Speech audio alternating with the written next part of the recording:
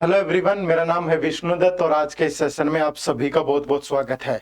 आज के इस सेशन में हम डिस्कस करेंगे टॉपिक सर्ट्स और इंडिसेज। नंबर सिस्टम चल रहा है जिसके तहत हमने बहुत सारे सब टॉपिक डिस्कस किए हैं। तो इससे पहले भी 12 से 13 वीडियो आ चुकी है नंबर सिस्टम पे, तो वो सारी वीडियो आपको जरूर देखनी चाहिए और ये आपको हमारी मैथ्स की प्लेलिस्ट में मिल जाएगी। ठीक है, अब हमारे चैनल को सब्सक्राइब करो, नोटिफिकेशन वाला बटन ऑन करो। क्यों? क्योंकि आपको सीसेट की वीडियोस हम देते हैं मंडे टू सैटरडे हर वीक। ठीक है, मंडे और ट्यूसडे को क्वांट की वीडियो आपको मिलती है, वेडनेसडे थर्सडे रीजनिंग मिलता है, फ्राइडे सैटरडे इंग्लिश मिलता है। तो चैनल को सब्सक्राइब कर लो सो दैट आप इन वीडियो से डेली बेसिस पे जुड़ पाओ और आने वाला जो सीसेट का एग्जाम है वो आपके लिए बहुत मुश्किल नहीं रहेगा आफ्टर वॉचिंग दीज वीडियोज। ये हमारा वादा है, बट आपको एफर्ट लगाना पड़ेगा, मेहनत करनी पड़ेगी। ठीक है, तो टॉपिक हमारा चल रहा है नंबर सिस्टम और नंबर सिस्टम में आज हम सर्ट्स और इंडिसेज वाला पार्ट डिस्कस करेंगे। यहां से भी बहुत बार एग्जाम में क्वेश्चन देखा जा सकता है। ठीक है, लेकिन शुरू करने से पहले एक बहुत ही खूबसूरत इंफॉर्मेशन आप लोगों के लिए regarding this comprehensive guide book.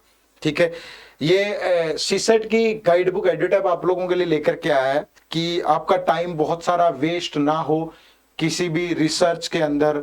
आपको जानना है कि नोटिफिकेशन का सिलेबस तो थोड़ा अलग सा है, तो डिकोडेड सिलेबस कैसे पता चलेगा हमें, और उस सिलेबस के अंदर क्वांट में कौन से टॉपिक इंपॉर्टेंट है, रीजनिंग में कौन से इंपॉर्टेंट है, इंग्लिश में कौन से इंपॉर्टेंट है।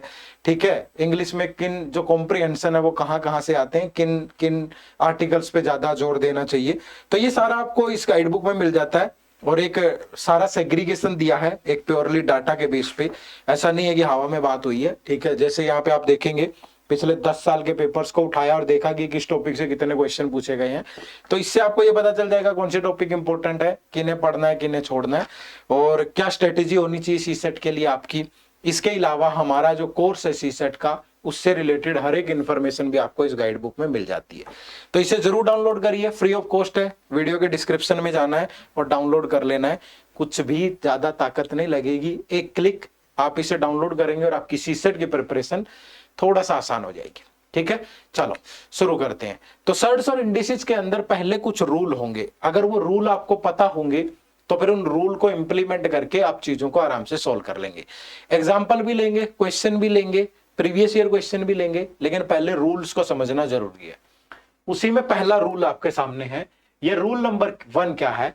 If any number is multiplying by the same number n time, then उसको आप लिख सकते हो a की पावर n। ठीक है, यानी कोई भी नंबर है, अगर आपने कहा कि 2 को मल्टीप्लाई कर लिया आपने जितने मर्जी टाइम, जैसे 2 को 4 टाइम मल्टीप्लाई किया तो आप इसको लिख सकते हो 2 की पावर 4। आपने 3 को सिर्फ 2 टाइम में मल्टीप्लाई किया है तो 3 की पावर 2। यानी जितने नंबर, ये n है, ये n है और ये a है। ठीक है, तो a को आप जितने मर्जी बार मल्टीप्लाई करोगे, जैसे 3 बार मल्टीप्लाई तो ये a³ बन गया। ठीक है, तो पावर कैसे आती है? किसी नंबर को जितने बार मल्टीप्लाई किया गया है उसी को पावर बोलते हैं। ठीक है भाई, तो ये तो रूल नंबर 1 है, बिल्कुल सिंपल है, आपको समझ में भी आ गया होगा, मुझे नहीं लगता कि कोई ज्यादा इश्यू होगा। ठीक है, अब रूल नंबर 2 क्या है? a की पावर m इंटू a की पावर n, ये होता है a की पावर m प्लस n, या a की पावर m इंटू a की पावर n इंटू a की पावर p, ये होता है a की power m plus n plus p। While multiplying if base is same then powers get added. जब भी आपको मल्टीप्लाई करना है और जो बेस है वो सेम है तो पावर ऐड हो जाती है। जैसे 2 की पावर 3 है और 2 की पावर 2 है। ठीक है, अब ये बेस है, ये 2 और 2 बेस है और ये पावर है, तो जब भी ये बेस सेम होगा, बेस क्या होगा? सेम होगा, तो पावर हमेशा क्या हो जाएंगी? ऐड हो जाएंगी। यानी कि आप इसको लिख सकते हो, बेस तो सेम रहेगा 2 और ये जो पावर है ये ऐड हो जाएगी, तो आप इसको लिख सकते हो 2 की पावर 5। अब मल्टीप्लाई करके देख लो, 2 की पावर 3 क्या होता है? 8, 2 की पावर 2 क्या होता है? 4, तो 8 इंटू 4 क्या होगा? 32। और यहां भी जब आप 2 की 5 टाइम मल्टीप्लाई करोगे, 2 इंटू 2 इंटू 2 इंटू 2 इंटू 2, तो ये भी क्या बनेगा? 32। ठीक है, तो हमेशा ध्यान रखना, चाहे जितने मर्जी बार हो, जैसे 2 की पावर 3 इंटू 2 की पावर 2 इंटू 2 की पावर 6, ये क्या बनेगा? तो सारी पावर ऐड हो जाएंगी, 3 प्लस 2 प्लस 6, तो ये बन गया 2 की पावर 11। यानी कि बेस सेम है तो पावर हमेशा ऐड होती है, ये चीज आपको ध्यान में रखनी है। ये रूल लिख लेने हैं भाई। अगर आपने ये रूल लिख लिए और क्वेश्चन कहीं आता है और अप्लाई कर लिया तो कहानी आसान है। ठीक है, चलो रूल नंबर 3। ठीक है, क्या है? while multiplying if base are different but powers are same then base is multiplied। ठीक है, कि ऐसा भी हो सकता है कि जब आप मल्टीप्लाई कर रहे हो, जैसे a की पावर x है और b की पावर भी x है, अब पावर तो सेम है लेकिन बेस डिफरेंट है, तो आप यहां पे क्या कर सकते हो, बेस की मल्टीप्लाई कर दो और पावर सेम रहेगी। बेस की क्या हो जाएगी, मल्टीप्लाई, और पावर सेम रहेगी। जैसे 2 की पावर 3 है और 3 की पावर भी 3 है, तो आप इसको लिख सकते हो 2 इंटू 3 की पावर 3। तो 2 इंटू 3 होता है 6, 6 की पावर 3 होता है 216। आप यहां जब इसको सोल्व करोगे, 2 की पावर 3 होता है 8 और 3 की पावर 3 होता है 27। तो 27 की और 8 की मल्टीप्लाई करोगे तो ये भी 216 आएगा। यानी जब पावर सेम होगी तो बेस मल्टीप्लाई हो जाएगा और पावर एज इट इज रहेगी। ये रूल नंबर 3 है आपका। ठीक है, नेक्स्ट रूल क्या है? While dividing if base is same then powers get subtracted। ठीक है, जब डिवाइड करना होगा, जब मल्टीप्लाई करना है और बेस सेम है तो पावर ऐड हो जाती है, लेकिन जब डिवाइड करना होगा तब क्या होगा, तो पावर माइनस हो जाएगी। जैसे a की पावर m को a की पावर n से अगर आपको डिवाइड करना है और ये बेस सेम है, यहां भी a है यहां भी a, तो पावर माइनस हो जाती है। ठीक है, क्या हो जाएगा, a की पावर m-1 डिवाइड कर लो, 2 की पावर 4 को 2 की पावर 2 से डिवाइड करोगे तो आप 2 की पावर 4 माइनस 2 यानी 2 की पावर 2 जो कि 4 होता है, और 2 की पावर 4 16 होता है, 2 की पावर 2 4 होता है, डिवाइड करोगे तब भी 4 आएगा। तो ऐसे भी 4 वैसे भी 4। तो जब भी बेस सेम हो, मल्टीप्लाई करना हो तो पावर ऐड होंगी, और जब डिवाइड करना होगा बेस सेम होगा तो पावर माइनस होगी। ठीक है, उसके बाद नेक्स्ट रूल क्या है? If there is negative indices on a number then this negative indices का मतलब नेगेटिव पावर है। जैसे a बाय b की पावर है -m, तो आप जैसे ही फ्रैक्शन को चेंज करेंगे, फ्रैक्शन को रिवर्स कर दो, ठीक है, तो आपका पावर का साइन चेंज हो जाएगा। इसी को आप ये लिख सकते हो b बाय a की पावर प्लस का m। ठीक है, और इसको ये लिख सकते हो, यानी जैसे आप फ्रैक्शन को उल्टा करोगे ना तो पावर का साइन चेंज हो जाएगा। जैसे आपने लिखा 2/3 की पावर -3, तो आप इसको लिख सकते हो 3/2 की पावर +3, है ना। यानी कि इस फ्रैक्शन को उल्टा कर दिया, न्यूमरेटर को डिनोमिनेटर बना दिया, डिनोमिनेटर को न्यूमरेटर, तो पावर का साइन चेंज हो गया। ठीक है, तो ये चीज भी आपको ध्यान में रखनी है, कहीं भी आ जाता है। जैसे 8 की पावर, बहुत बार देखा होगा आपने कि -1 है, तो आप इसको जैसे उल्टा लिखोगे 1/8 की पावर, ये 1 हो गया। ठीक है, 8 की पावर -1 तो 8 की पावर 1/8 की पावर 1, इसका मतलब ये। ठीक है भाई, सिंपली ध्यान रखना है आपको। तो जब भी आप फ्रैक्शन को उल्टा करोगे तो पावर का साइन चेंज हो जाएगा हमेशा। ठीक है, चलो नेक्स्ट रूल देखो। अब इसमें थोड़ा सा कंफ्यूजन होता है बहुतों को। ठीक है, ये रूल नंबर 6 है और इसमें बहुत कंफ्यूजन होता है, वो मैं आपको बता रहा हूं, बड़े ध्यान से समझिएगा। जैसे 3 चीजें होती हैं, एक दिया है a की पावर m की पावर n, और एक दिया है a की पावर m की पावर n, या एक दिया है a की पावर n की पावर m। तीनों में अंतर है, तीनों सेम चीज नहीं है, ध्यान रखिएगा, तीनों की तीनों सेम चीज नहीं है। तीनों में क्या अंतर है? मैंने कहा 2 की पावर 2 की पावर 3, ठीक है, यहां मैंने लिखा 2 की पावर 2 की पावर 3, और यहां मैंने लिखा 2 की पावर 3 की पावर 2। ठीक है, तीनों में डिफरेंस है भाई। जब ब्रैकेट लगा होगा ना, ये ब्रैकेट होगा तो पावर मल्टीप्लाई हो जाएंगी, पावर मल्टीप्लाई हो जाएंगी, 2 इंटू 3, तो इसका मतलब होगा ये 2 की पावर 6 है। जब भी ब्रैकेट लगा होगा तो पावर मल्टीप्लाई होती है, पावर मल्टीप्लाई। लेकिन जब ब्रैकेट नहीं लगा होगा तो पावर हमेशा सोल्व होती है। अगर कोई ब्रैकेट नहीं है पावर में, नो ब्रैकेट, तो पावर क्या होंगी, सोल्व होंगी भाई, सोल्व होंगी। यानी कि आप इसको लिखोगे 2 की पावर 3, इसको सोल्व करो, 2 की पावर 3 8 होता है, तो इसका मतलब है ये 2 की पावर 8 है। और यहां पे भी ये सोल्व होगा तो 3 की पावर 2 9 होता है, तो इसका मतलब है ये 2 की पावर 9 है। तो तीनों के आंसर डिफरेंट आए हैं, है ना, बात समझे ना मेरी। जब ब्रैकेट होती है तो मतलब वो मल्टीप्लाई होगा, और जब विदाउट ब्रैकेट होगा तो मतलब पावर सोल्व होगी। जैसे यहाँ 2 की पावर 3 है तो 8 होगा, और यहाँ 3 की पावर 2 है तो 9 होगा। लेकिन जब ब्रैकेट है तो इसका मतलब है 2 इंटू 3, ये 2 की पावर 6 है। ये तीनों में अंतर है, ये आपको पता होना चाहिए। ठीक है, चलो नेक्स्ट एक लास्ट रूल है शायद, इफ a की power x is equal to a की power y, then x is equal to y and x की power n is equal to y की पावर n, तो x is equal to y। यानी कि अगर a की power x is equal to a की power y है, अगर ये बेस सेम है ना और ये इक्वल का साइन है, तो ये दोनों भी इक्वल होंगे, यानी यहाँ x is equal to y होगा।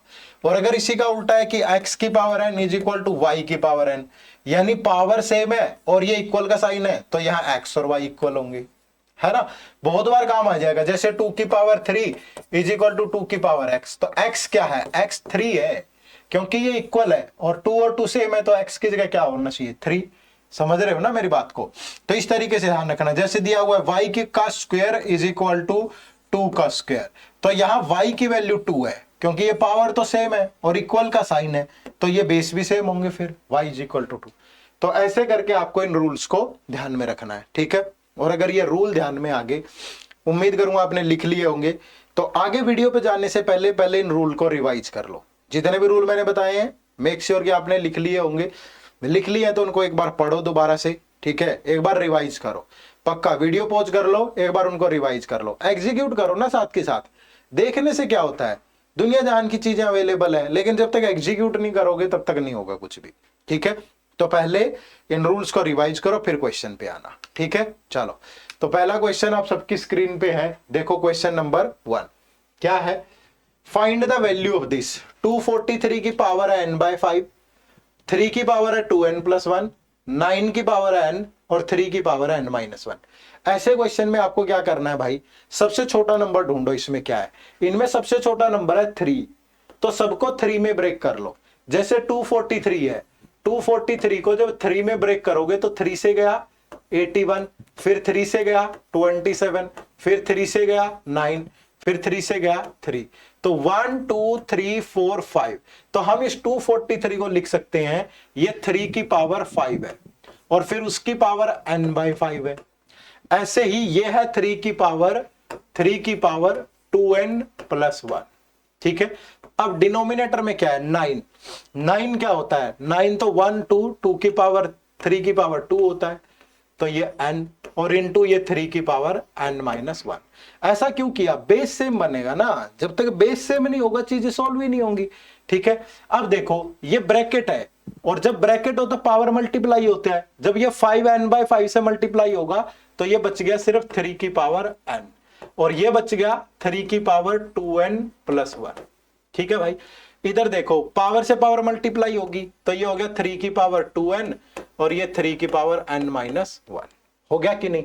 अब इसको आगे सोल्व करोगे, अब बेस सेम है, जब बेस सेम हो तो पावर ऐड होती है, तो न्यूमरेटर में बनेगा 3 की power n plus 2n plus 1 और नीचे भी जब बेस सेम है तो पावर ऐड होंगी 3 की power 2n plus n minus 1, ठीक है।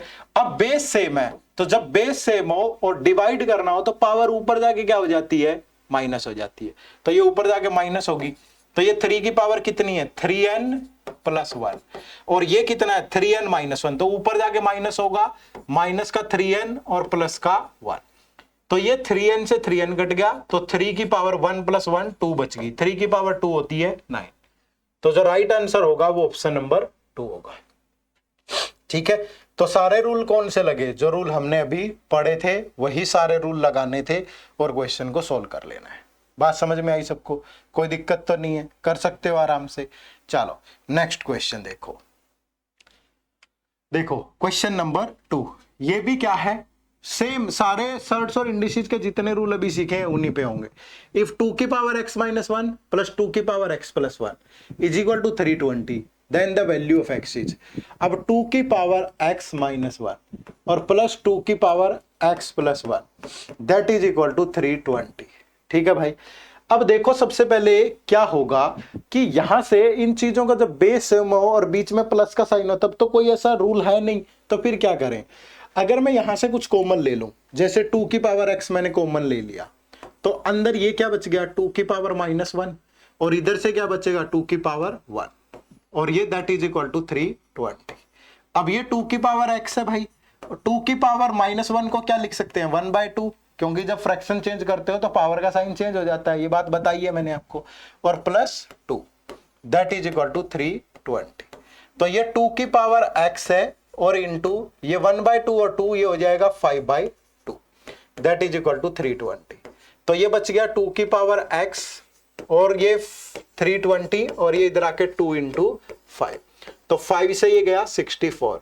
अब जो 64 होता है, 64 को जब आप सोल्व करोगे ऐसे करके, 2 से गया 32, 2 से गया 16, 2 से गया 8, 2 से गया 4 और 2 से गया 2, तो 1 2 3 4 5 6, तो 2 की पावर 6 होता है। तो 2 की power x is equal to 2 की पावर 6 और एक 2 ये भी है 2 की पावर 1। जब बेस सेम हो तो पावर ऐड हो जाती है, तो ये बन गया 2 की पावर 7। अब ये दोनों इक्वल हैं, 2 2 इक्वल है, तो x किसके बराबर होगा, 7 के। तो यहां से जो राइट आंसर होगा वो ऑप्शन नंबर 4 होगा।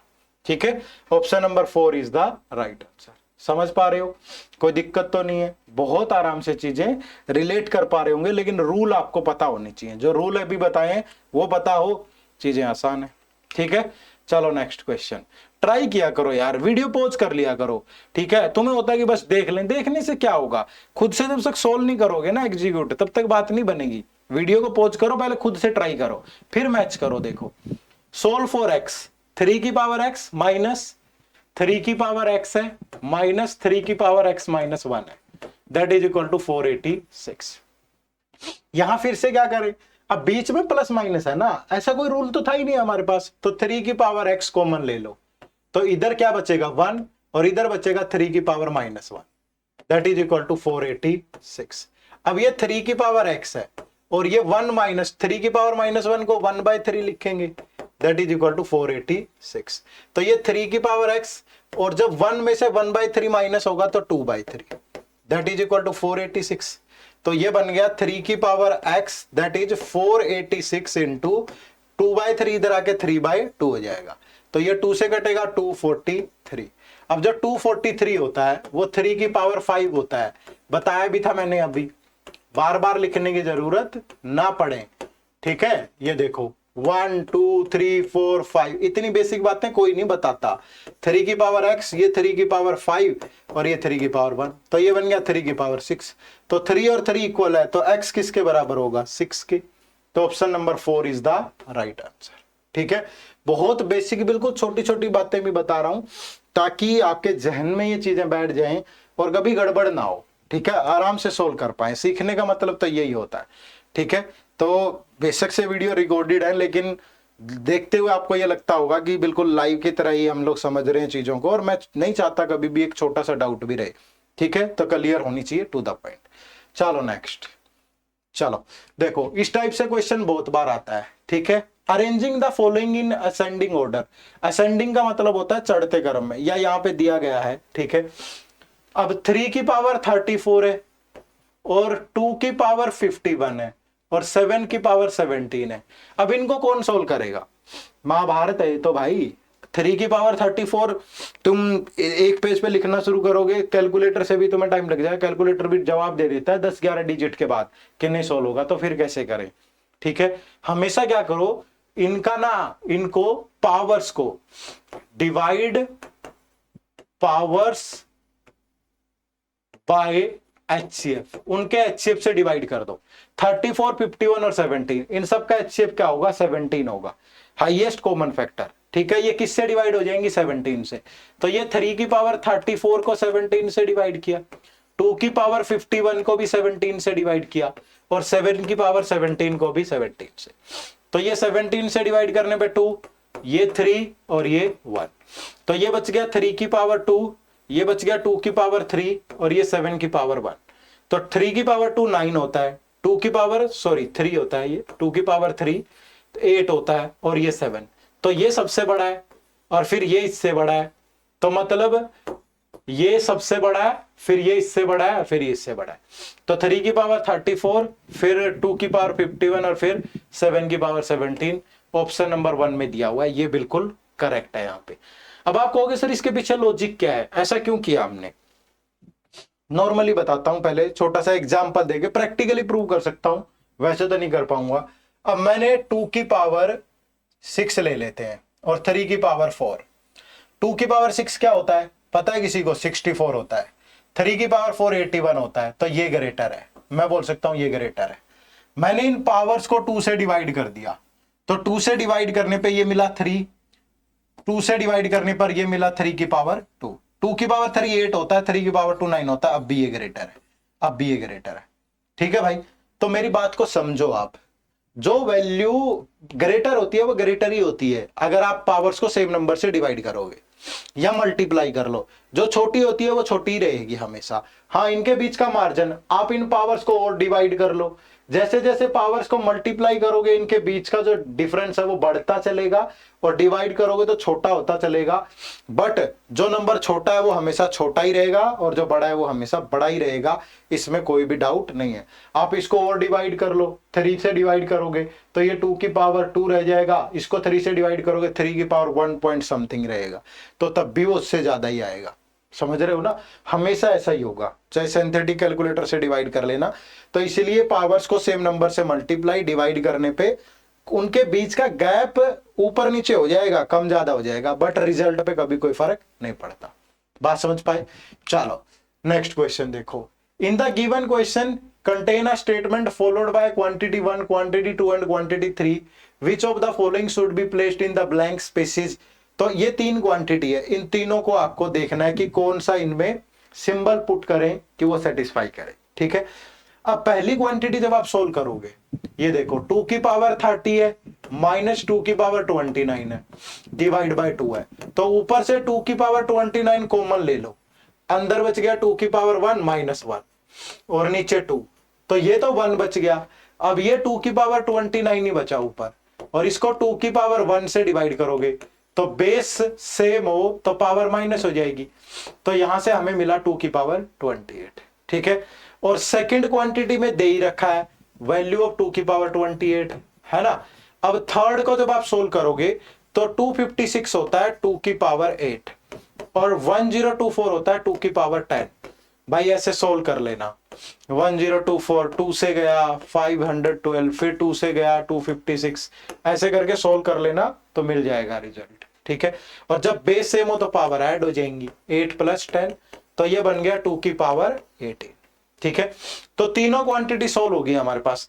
पहली से मिला 2 की पावर 28, दूसरी से मिला 2 की पावर 28 और तीसरी से मिला 2 की पावर 18, तो ये दोनों तो इक्वल है और ये ग्रेटर है, तो इक्वल और ग्रेटर ये दिया गया ऑप्शन नंबर ई के अंदर, तो ऑप्शन नंबर ई यहाँ पे राइट आंसर होगा। तो ये भी सर्ट्स और इंडिसेज से बहुत आराम से सोल्व हो गया, लेकिन आपको ये रूल पता होने चाहिए, रूल पता होंगे तो ही कर पाओगे, अन्यथा नहीं कर पाओगे। तो रूल पे फोकस करना, अच्छे से रिवाइज करना। कुछ प्रीवियस ईयर क्वेश्चन भी लेते हैं कैसे पूछे गए हैं। जैसे देखो ये यूपीएससी सीसेट 2022 का क्वेश्चन है, which number amongst is the smallest. इनमें से कौन सा नंबर सबसे स्मॉल है ये आपको बताना है। क्या बताना है आपको? स्मॉलेस्ट नंबर बताना है। अब देखो 2 की पावर 40 है और 3 की पावर 21 है, 4 की पावर 18 है और 8 की पावर 12 है, यही है भाई। और इनमें बताना है कि कौन सा नंबर स्मॉलेस्ट है हमें। अब ये 2 की पावर 40 है, ये तो ब्रेक नहीं होगा 2 में, इसको क्या लिख सकता हूं 2 की पावर 18, तो ये बन गया 2 की पावर 36। ठीक है भाई, इसको क्या लिख सकते हैं 8 को लिख सकते हैं 2 की पावर 3 की पावर 12, तो ये 2 की पावर 12×3 = 36। ठीक है भाई, ये भी, तो ये दोनों तो सेम है, ये दोनों सेम है। यहाँ पे 2 की पावर 18×2 = 36 और ये भी 12×3 = 36, तो दोनों से सेम सेम आया। ठीक है, और ये 2 की पावर 40 है, तो ये दोनों तो स्मॉलेस्ट है इससे, तो ये तो एलिमिनेट हो गया भाई। अब इनमें बच गया कंपैरिजन। ठीक है, अब सीधा ही 2 की पावर 36 को देख लो ना, कि अगर 3 की पावर 21 है और 2 की पावर 36 है। ठीक है, अब इसको सिंपलीफाई कर लो। कैसे सिंपलीफाई होगा ये? यानी पावर्स को सेम नंबर से डिवाइड कर दो, तो अगर इस पावर को भी 3 से डिवाइड कर दें, इसको भी 3 से, तो ये बन गया 3 की पावर 7, ये बन गया 2 की पावर 12। अब 3 की पावर 7 कितना होता है 3 × 3 × 3 × 3 × 3 243 × 3 729 × 3, तो 2187 होता है ये। ठीक है, और 2 की पावर 12, 2 की पावर 10 होता है 1024, तो 2 की पावर 11 होगा 2048 और 2 की पावर जो 12 होगा वो होगा 4096, तो यहां से आएगा 4096। तो मतलब ये स्मॉलेस्ट है, ये ग्रेटर है, तो ये स्मॉलेस्ट है 3 की पावर 21, तो यहां जो 3 की पावर 21 है ये स्मॉलेस्ट है सबसे। ठीक है, ये क्या है, ये स्मॉलेस्ट है सबसे, तो यही आपके क्वेश्चन का राइट आंसर हो जाएगा। ठीक है, 3 की पावर जो 21 है वो स्मॉलेस्ट है सबसे, तो option number B is the right answer. पता चल गया कैसे किया, ये पहले इन सब का बेस सेम किया, तीनों का 2 2, तो इनमें तो ये दोनों इक्वल आए, 2 की पावर 36 2 की पावर, फिर एक को उठा के इसके साथ कंपेयर किया, दोनों तरफ सेम पावर से डिवाइड कर दिया, नंबर से 3 से किया 7, 3 से किया 12, तो 3 की पावर 7 आया 2187 और 2 की पावर 12 आया 4096, तो ये ग्रेटर है मतलब ये छोटा होगा, तो 3 की पावर 21 सबसे छोटा है। ठीक है, बात समझ पाए सारी। चलो नेक्स्ट क्वेश्चन, एक ये क्वेश्चन, ये आपका यूपीएससी सीसर 2020 में पूछा गया है। ठीक है, और ये अभी बताया मैंने आपको, ये सर्च और इंडिसेस का रूल ही तो है। What is the largest number among the following, कि लार्जेस्ट नंबर बताओ भाई। अब 1/2 की पावर -6 लेना तो पॉसिबल नहीं है हमारे लिए, लेकिन मैंने आपको बताया था कि जैसे ही आप फ्रैक्शन को चेंज करोगे पावर का साइन चेंज हो जाएगा, तो इसको आप ये लिख सकते हो, इसको आप ये लिख सकते हो, और इसको आप लिख सकते हो 3 की पावर 4। ठीक है, और इसको आप लिख सकते हो 6 की पावर 2।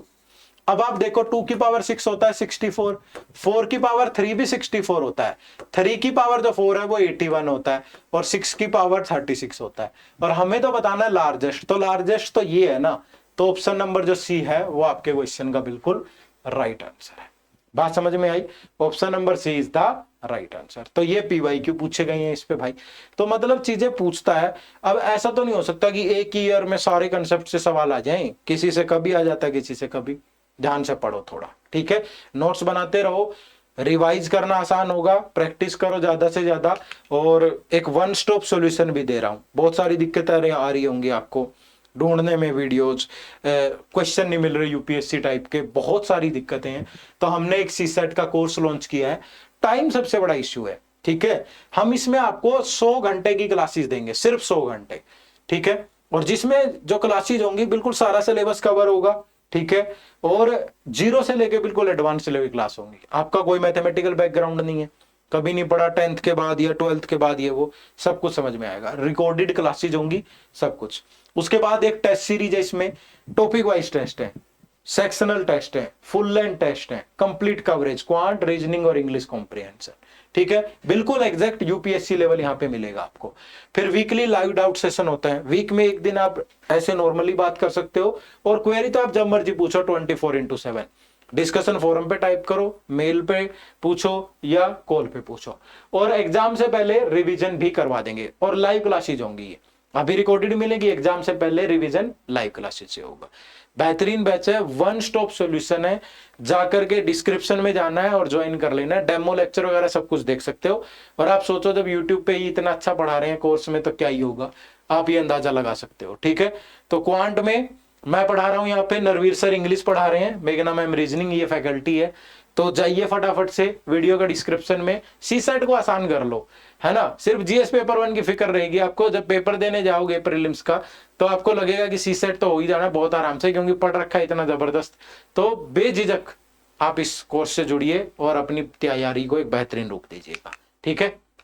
चलो, तो थैंक यू एवरीवन, बहुत बहुत शुक्रिया आप सबका। एक कमेंट करके जरूर बता दिया करो कि लेक्चर कैसे लग रहे हैं, मजा आ रहा है चीजों को। अगर मजा आ रहा है, सारे कमेंट में आपके पढ़ता हूं, तो आप मुझे जरूर बताएं कमेंट करके आपकी जो भी भावना है यहाँ हमारे लिए, ठीक है। कोई ऐसा नहीं है, कोई बैरियर नहीं है, ठीक है। आप जो भी चाहें अपने विचार साझा करें, ठीक है, अपनी बातें जो हैं वो लिखें कमेंट के माध्यम से और हम तक पहुंचाएं। मैं जरूर उन चीजों को पढ़ूंगा और अमल में लेके आने की कोशिश करूंगा, ठीक है। और आपके द्वारा लिखे गए शब्द मेरे लिए सच में बहुत बड़े मोटिवेशन का काम करते हैं। तो YouTube पे हम इसी तरीके से आपको पढ़ाते रहेंगे, लेकिन एक कमेंट करके जरूर बताइएगा ये लेक्चर आपको कैसे लग रहे हैं, ठीक है। चलो bye bye, take care, thank you very much, जय हिंद, जय भारत।